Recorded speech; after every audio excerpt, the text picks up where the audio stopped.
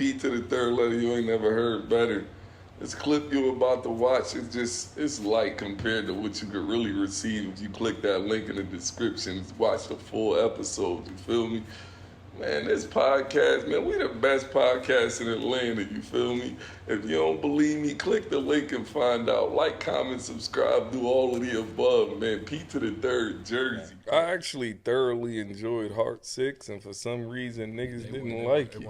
So let's talk about Heart 6. I liked it. Because Heart 6 effectively ended the battle, right? Mm-hmm. Yeah. So when it first came on, I was like, oh, he got right to it. He addressed everything. Mm-hmm. But then I'm thinking about it, and I'm looking at comments, and people are like, yo, the beat sound mad sleepy. Yo, this sound like this. And I'm like, damn, I was listening to the lyrics, but the thing I didn't take into consideration on my first listen was, okay, like, he sound a little tired and defeated. And I think he did it on purpose, not thinking it was going to have that effect. Because he was trying to play it off like, I'm tired of addressing niggas. You made up fake angles. We set you up. Blah, blah, blah, blah, blah. You know what I'm saying? But people felt like he should have been more turned up because it sounded defeated. What you think about that? No, I don't agree with that at all. No. I don't care about what people say in the comments. They're not going to sway my opinion. On my listen, I didn't feel like when I was indulging in the content that I was like, he just sounds like he's defeated. Right. I didn't get that from that. Mm-hmm. I got bros coming crazy. And he did exactly what I wanted him to do. That's just what I got from it. I liked it. I don't know what people are not seeing in it, but I'm feeling it, bro. I mean, there was no records that came out from Drake other than the one where he used AI that I wasn't feeling. I didn't like that whole using Snoop and Pac shit. That one, terrible. Yeah. I don't like that one. But all the other ones, creative though, right? Yeah, very creative it was very for creative. what the times are. But for Snoop to still be alive and he could have used Snoop, he just knew Snoop wouldn't have agreed to it. Yeah. So let me fake it and act like nah, I'm not feeling that, bro. But other than that, I don't got no critiquing on nothing he dropped. Only critique people have is the fact that Family Matters, Meet the Grams came out 30 seconds after. Right. That's the greatest move. That's the greatest move in this history. Yo. It was. It is, bro. It was. That's the greatest move.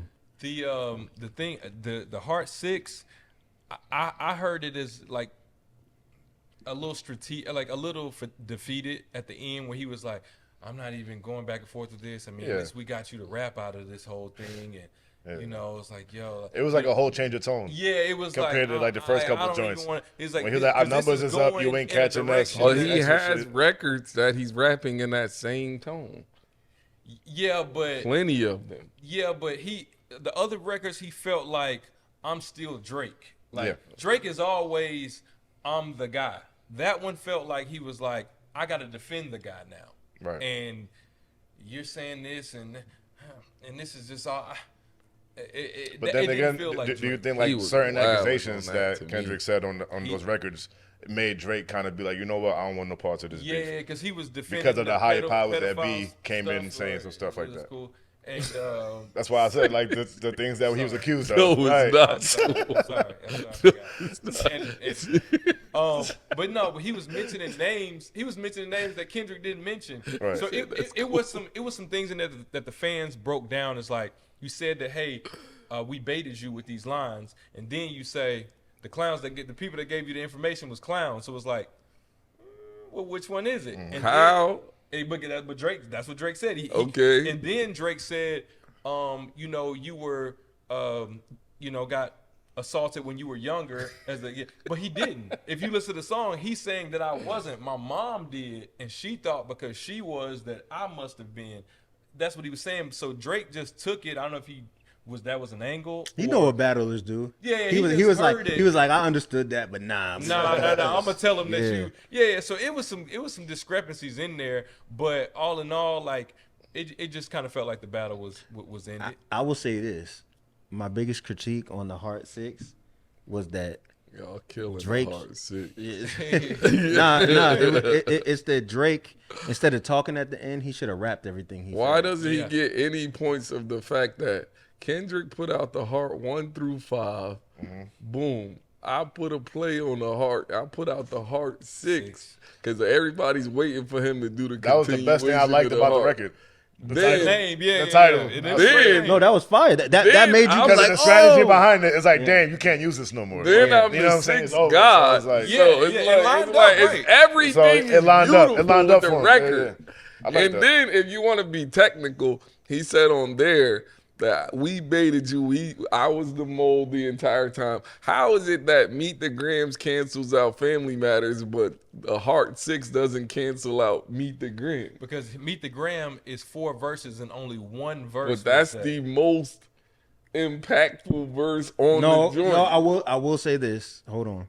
Before we even got to that verse, we were like, "Oh, this is crazy! This is crazy!" It was a dope. That added like an extra layer. Yeah, that was the dope. That was If you take that verse out, it would still have the same effect. No, it would not. No, don't think so. No, I think it would.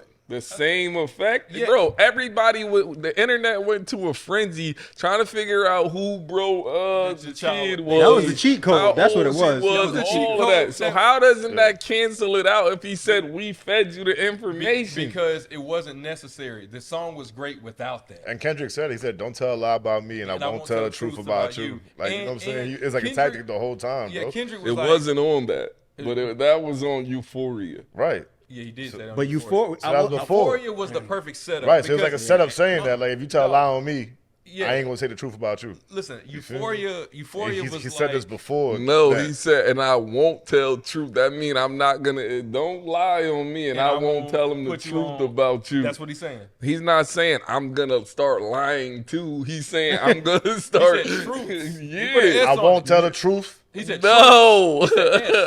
He said I got a bunch of stuff I can say about you that's true. So he's saying yes. If I'm gonna say that, then that's true. Right. That's what he's saying. All right.